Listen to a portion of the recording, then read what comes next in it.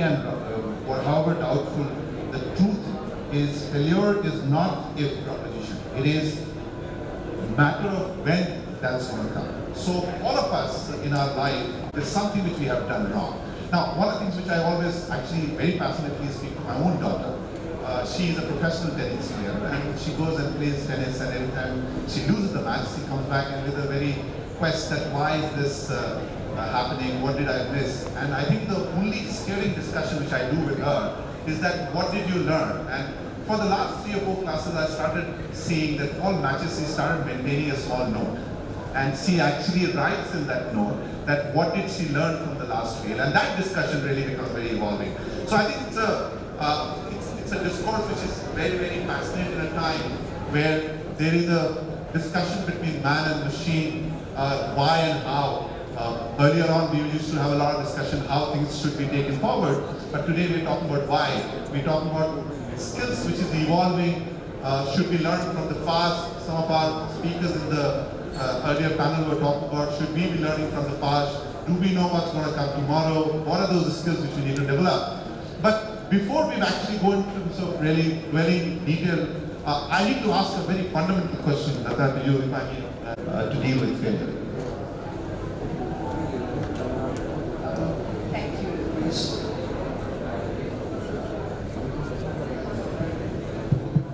Yeah, thank you, Ramesh.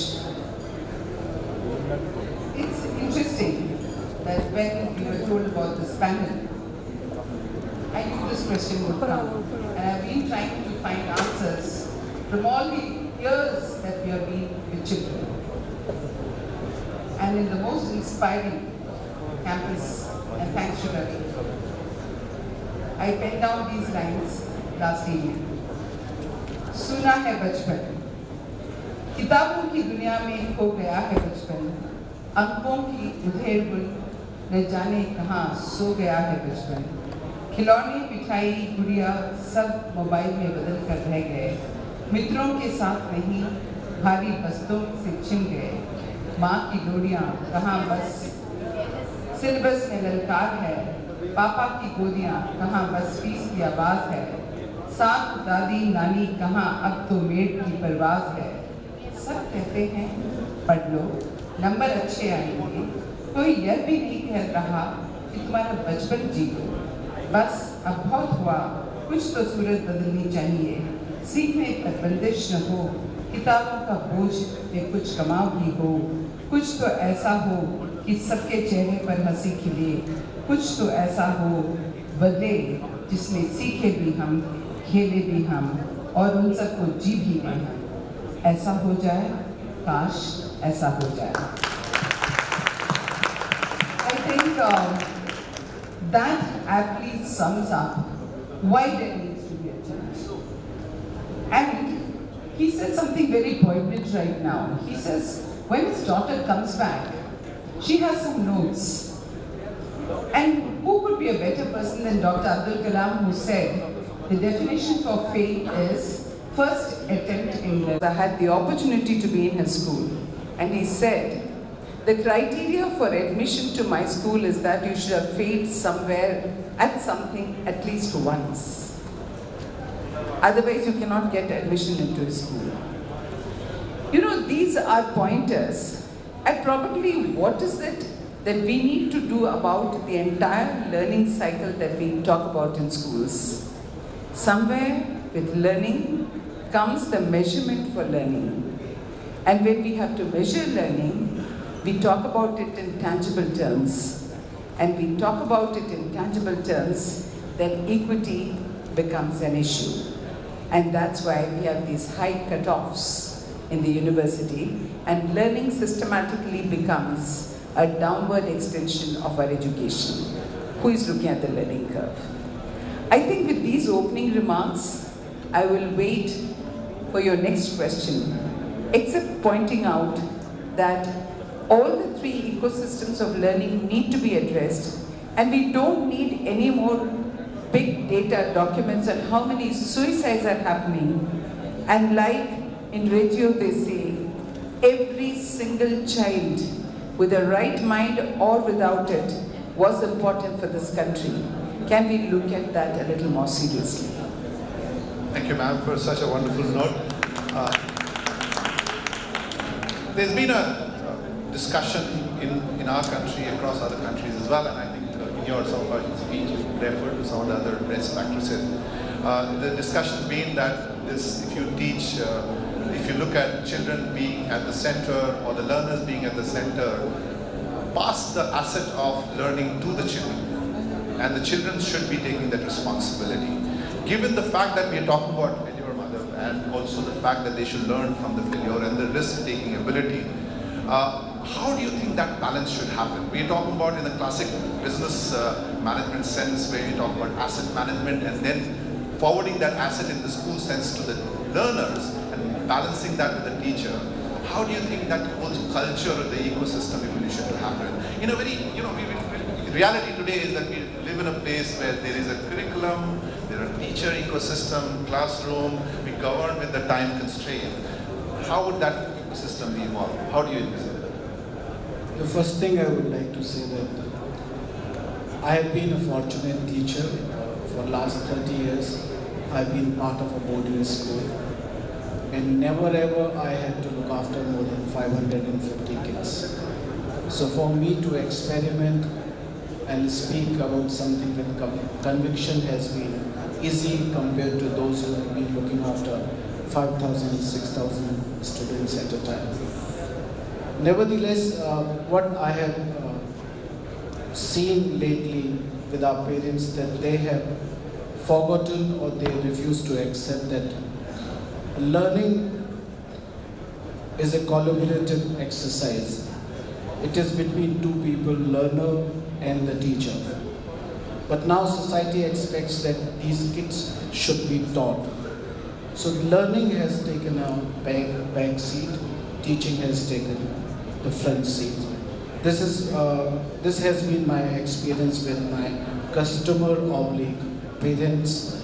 I'm being blunt because whenever these parents approach you, they approach you as customers, not as parents anymore. Coming back to that, how do we balance it? In a boarding school, these kids are taught that learning, exams, and life, they go hand in hand. So for example, these kids would be playing their inter-house finals in the evening and sitting for their half-yearly exam the next day 7 o'clock in the morning. So they need to understand that these are real life experiences. You do not have compartments for rest, for celebrations, and for exams in life. But when you talk to parents, this is their distress. They will come and tell us, they will come and complain. Look, sir, how would he study? And believe me, this year, I got 152 new admissions in class 6 and 7. One fine evening, I was literally geraud by a few kids, and they said that our tests are coming and we don't get time to study. I said, how many days you have been in the school? They said 2 weeks. And I said, so what's the problem? They said that if we don't get time for self-study, then we won't be doing well in exams. So I said, what's the problem? If you don't do well in exams, you can do it in the next exams. So they said, no, my mother will be upset or my father will be upset if I don't get good marks. Believe me, my friends, that we have to counsel them that it really doesn't matter if we don't do well in one exam or 2 exams. That is one. So there is a lot of parental pressure, a lot of counseling needs to be done to the parents as well as to the kids to make them understand that it is sustained perseverance which takes you to a healthy success, not just these tests. That's one. Second is, on the other hand, because we understand that we are accountable to the society, we are accountable to the parents, and it's a huge responsibility to take somebody's son under your care. We have created a profile where we track a child not only as a learner but also as a person. So, in the beginning of the term, we take up one exercise. A child is given a sheet to create a goal sheet for himself.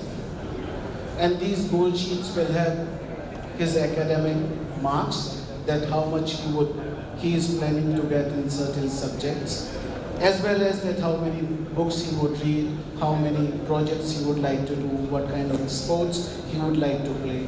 And there is a column: new books, new games, new projects, new exercises, so that it is not repetition again and again. And then we ask the teacher in charge to give his projection as per his understanding of the child. Most of the time they match. There is a variation of 10-12%, but in case there is a huge gap between his child's promise to himself and teacher's projection, then we make them sit together and then they come up with a common target for themselves. So that is as a learner, but on the other hand, we also track his attitude, his approach, that how is he growing as a learner. For example, you have a bright child, and without putting much effort, he can get 95% marks. Fair enough, he is good at that subject. He is efficient in that subject. But what about his industry? What about other attributes as a learner, or part of the same cohort? Is he being helpful? Is he being helpful to the teacher if he is actually good at the subject? So we have started tracking these kids year and year. This is how we do it. Thanks, Madhav. In fact, actually, this is a good time to give a compliment to you, Swati, for not going back to Google Auntie and allowing the audience to Google us and see who we are rather than introducing ourselves. Right. So I think that's you also said that the real applaud is once they've actually recognized we've contributed in the discussion. Now, we live with constraint, Swati. We live with the constraint of a crowded classroom. We live with the constraint of prescribed curriculum, right? And the times given to us that you need to teach within that time. We live in the society with the constraint of the macroeconomy of this country is about raising about $3,000, which when you compare with Finland is about $55,000, right? So like huge gap. We live with the constraint, most of the audience here, the private schools, the government schools not here. And then we talk about the early childhood and the set of differentiated learning, are able to actually recognize child's set of what strength the child has. Now, in a real practical terms, how much of that is possible and how do we think as an educator or the real set of people who really want to make change, should we be approaching in a very realistic term to achieve some of those early set of wins? Okay, so the constraints that you spoke about, you said number of children in the class. What was the second constraint you spoke about? Within the time given and a prescribed syllabus. Now, if I were to think like as an educator, I would say none of these are constraints. Because if population was a constraint, we would have stopped populating this country by now. So I don't think we find it a constraint. I think it's a mind block that we have, that I must have only 15 children in my class, and it's become a fad now that you will get more attention if there are only 15 children. I train Anganwadi and Balwadi teachers who have 80 children in the class, and when I was teaching them about observation, when I teach it to a private school teacher, she says, I don't get the time to observe children. So when I was teaching it to the Balwadi teachers who's teaching 80 children in her class, you know what her answer was? I said, you may not be able to do this observation, but learn about it. She said, मैं क्यों नहीं कर पाऊंगी madam? अगर मेरे class में 80 बच्चे हैं और मैं रोज 5 को ऑब्जर्व करूंगी, तो मैं कितने दिन में इतने को तो कर पाऊंगी ना? तो मैं कोशिश क्यों ना करूं? This is called an attitude of an educator, where numbers don't matter in the class. The government tells you, or your board tells you, that this is your syllabus. It doesn't come with a gunpoint and stands in next to you in the class how to teach. So these are all mind constraints that we have, and if we were really true, हमारे country को अगर really स्वच्छ बनाना है, तो ये हम नहीं करेंगे जो हम रास्ते पे करते हैं. Because it's shameful, you know, when you go abroad and you see other countries, and you come back to your country and you see that we can't even keep a country clean, and then you realize, oh, the other countries fine their citizens. So we have to fine our citizens to keep their own homes clean. That is a failure. So for me, I would like to ask everybody in this audience, have you ever failed at anything? Yes or no? So I think one of the speakers spoke here that it was, I think, the principal, and he said that we always talk about our educational qualifications in our introduction. And that really made me think, I'm going to change my introduction for next time. I'm going to talk about the times I have failed in many subjects in school, and yet I have reached here. So I have got red marks. I have been that kind of a student who has always failed in mathematics. And yet I am where I am today, and today I enjoy mathematics. Because it's not the failure, it's the perspective that we have to change. And failure is a part of all of us. I think let's start celebrating failure. I'm not saying let's make failure our goal, but I'm saying if we did fail, if we did trip, if we did not pass, it's not something to be ashamed about or hidden about. That's what my perspective is. Over to you.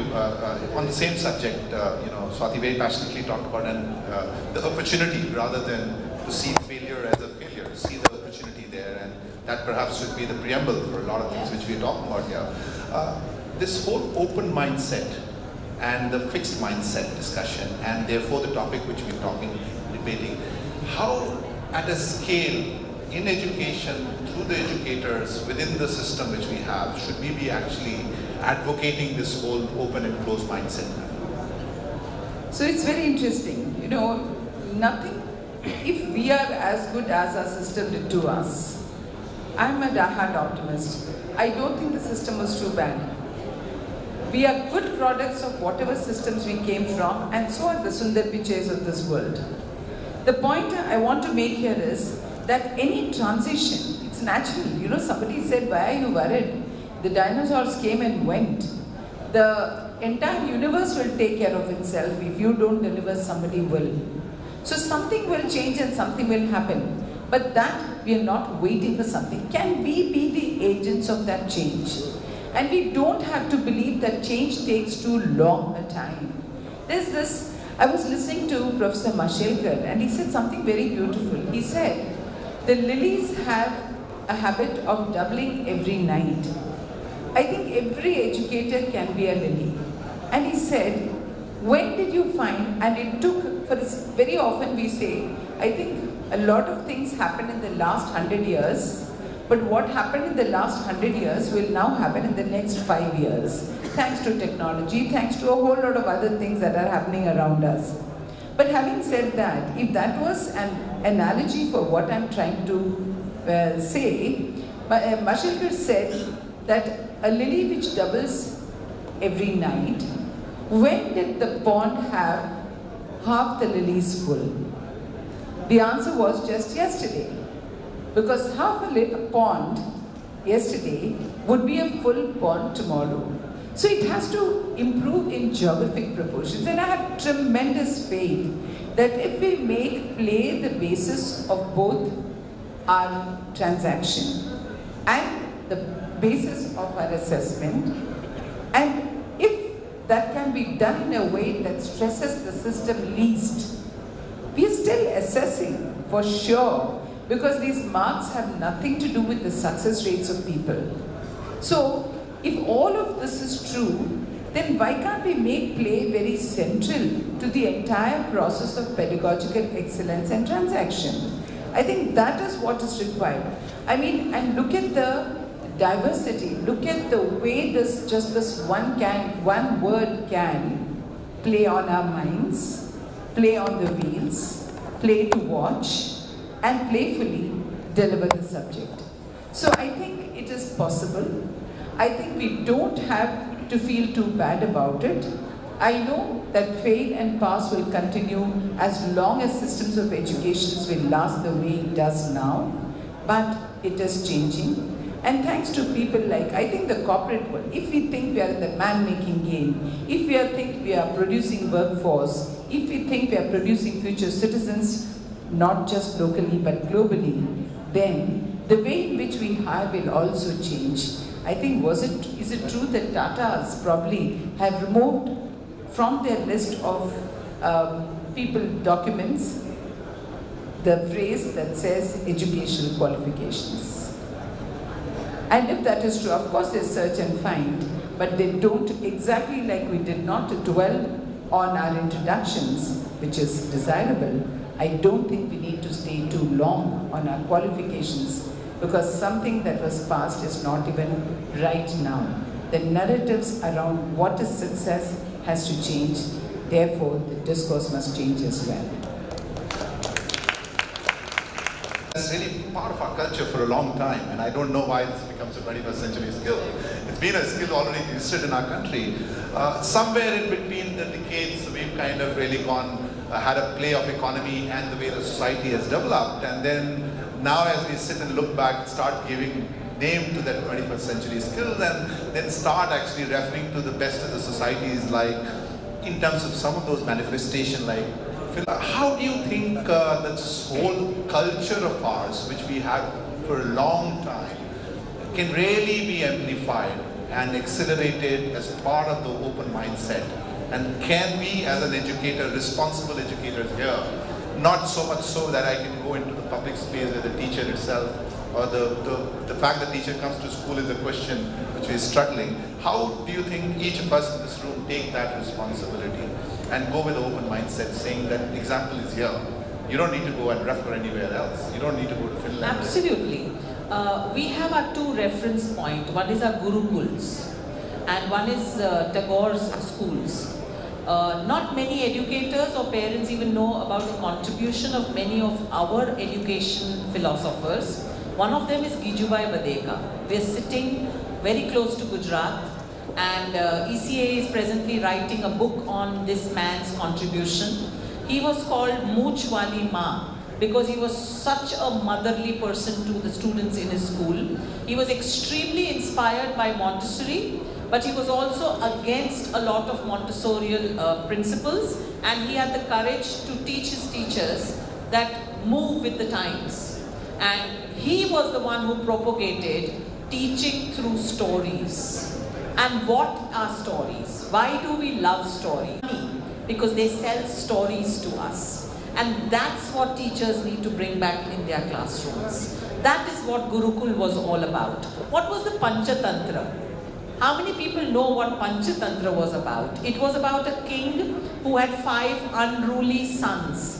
And he didn't know how to take care of them or to teach them. So he sends them to this teacher, Vishnu Sarma, who teaches them through stories. And these stories became the Panchatantra. So we don't know how to sell ourselves. Finland, Singapore, China know how to sell ourselves. We are constantly downgrading ourselves, criticizing ourselves. I always say in conferences, let's talk about what we have done good and now what more can we do. That's how it should be. So early childhood education, thank you so much, because our educators, the ones sitting in this room, how many times do we pat ourselves on the back? I think today, as part of this conference, you all should clap hands for yourselves. Because in spite of the challenges, you are delivering. We may say that we are against the marks and the board exams, but those are the times in which you are living. And yet you are here at a conference to learn how to change. I think that's the educators that we need to really applaud. So India needs to become the beacon of hope and education that it always was. We were a very rich civilization. We stopped growing when we started saying that we are a 70-year-old nation. We are not a 70-year-old nation. We are a civilization. And we have forgotten everything that we had before those 70 years. I mean, look at this hall in which you are sitting. Every home in India was like this. We were not only rich in our thoughts, in our culture, in our ways. Zero came from here. And it's only because of zero that you and I are able to put a tag on the amount of salary that we have. Otherwise, we wouldn't be able to do that. So I think it's time India blew its own trumpet. And that responsibility is on all of us. Let's go to conferences abroad and speak about the good that we are doing in this country, even if it's small, if it's 1%. Let's talk about the good that we are doing. Ma'am, I did my bit. I'll tell you how did I do it. Only last month I was conferred a degree from University of Cambridge for a good work which I've done. And one of the discussion over there in that place, I actually opened a discussion which was a bit of a controversial and also very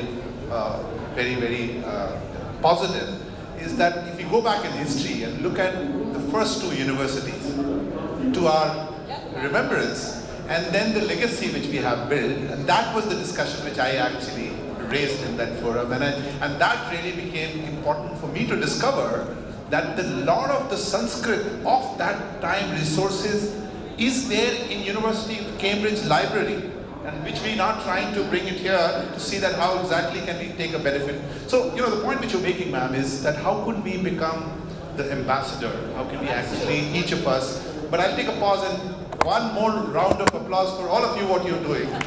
Think that Cambridge should start the early years program. Because only when universities like you start the early years program, will the early years become more prominent. So I have been trying to talk to Cambridge, you must start your early years program. Thank you very much. I'm taking that suggestion, but with that sort of remit to our boarding school, the character of a boarding school in the ecosystem is around the fact that the teachers very personally really addresses the students, everything what's happening, and the fact that you see the whole ecosystem evolving around some of the things which we're talking about very passionately. Do you think, are we disadvantaged if we're not boarding? What are the advantages of boarding which you see as a part of the, and which we can actually take into the day school? Because it practices all of that, and what are the which we actually should be forwardly looking in terms of helping in context of the topic which we have? The first advantage is that the kids are away from their parents. It's a blessing. It's a blessing. Nevertheless, what I have understood so far, and this is what I wish to share with all my colleagues, is that somewhere out of our insecurities, I started my career with 300 rupees as a Sanskrit master. I failed in mathematics in class 10, I had only 23 marks.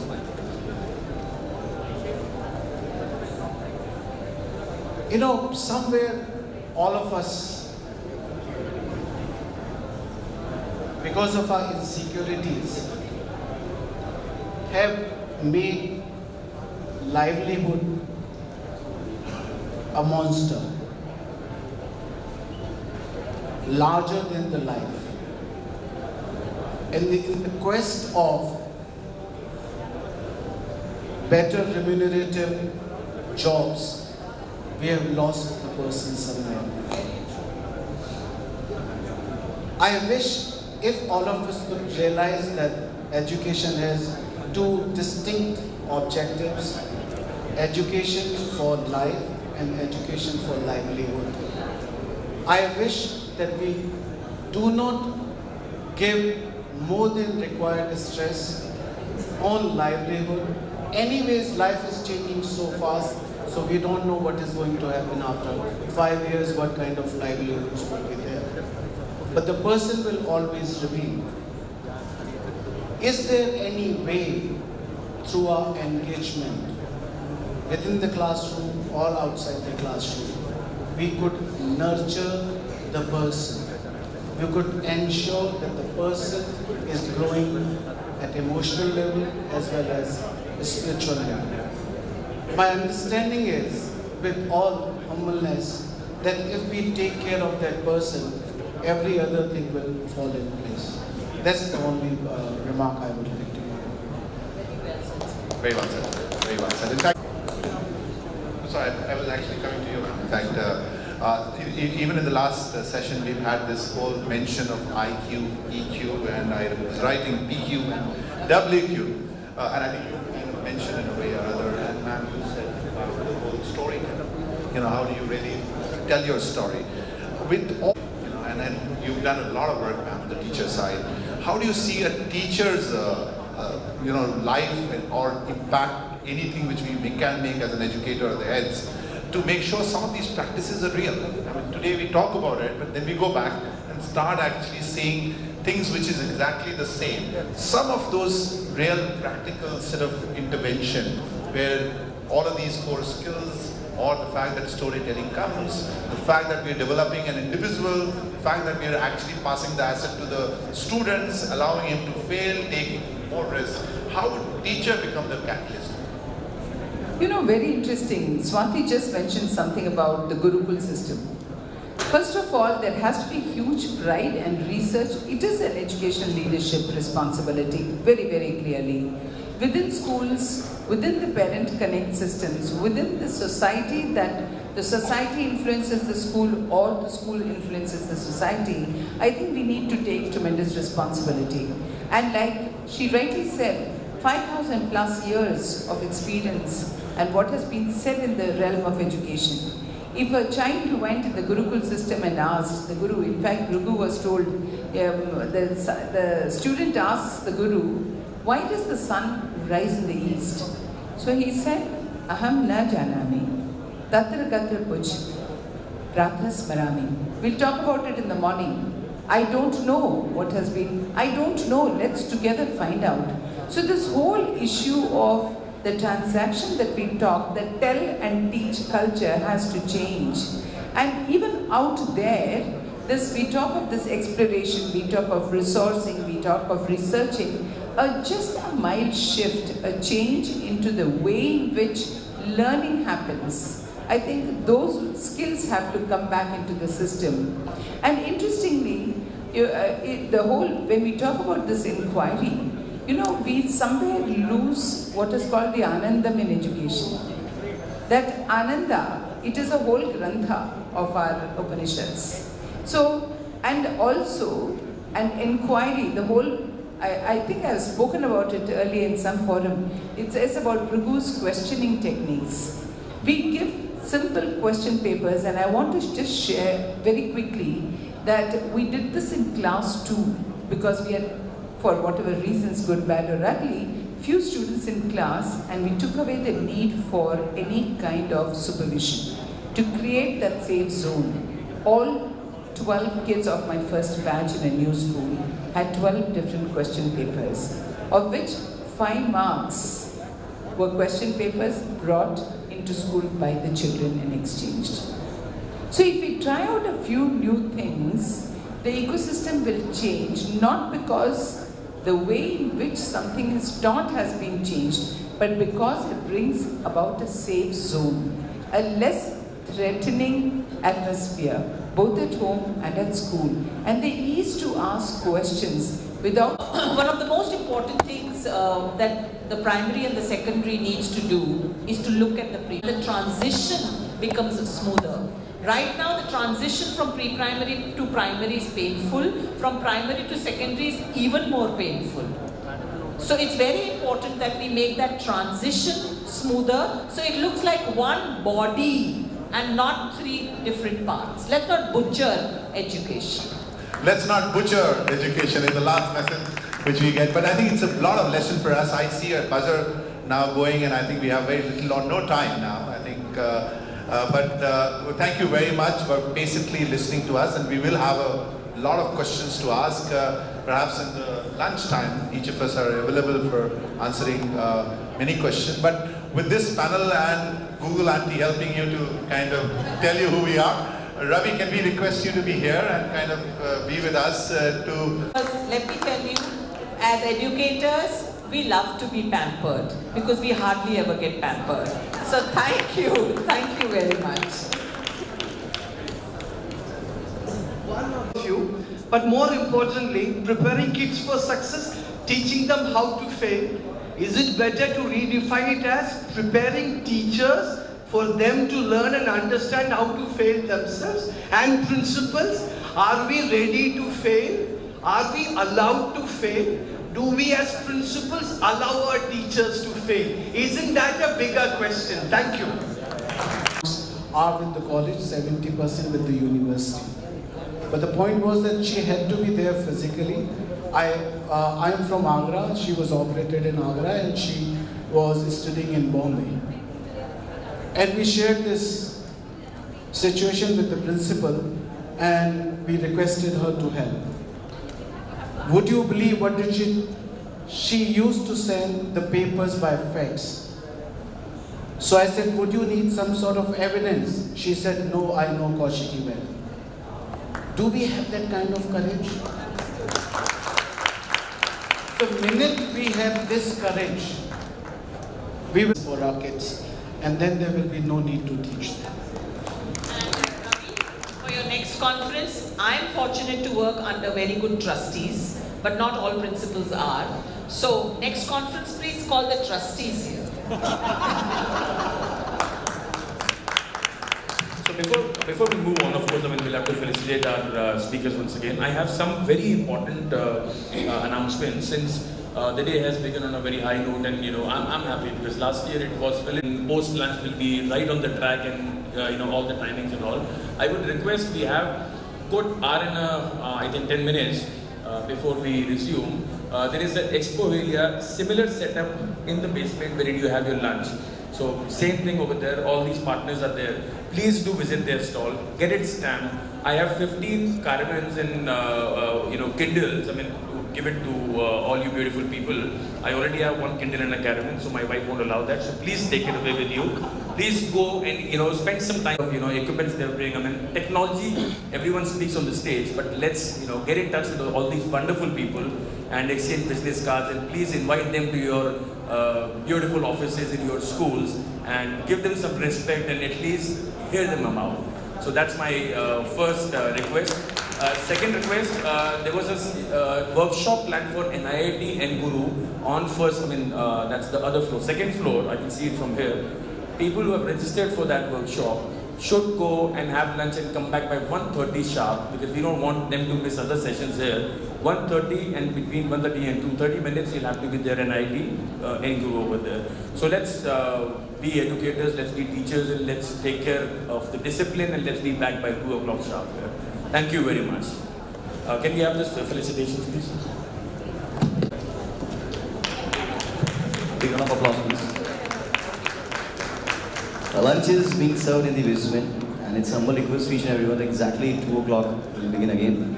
Sabi teachers said, so I really want to see time management and punctuality, so I'll be here exactly by 2, and I wish and I hope to see you all here at 2. Thank you.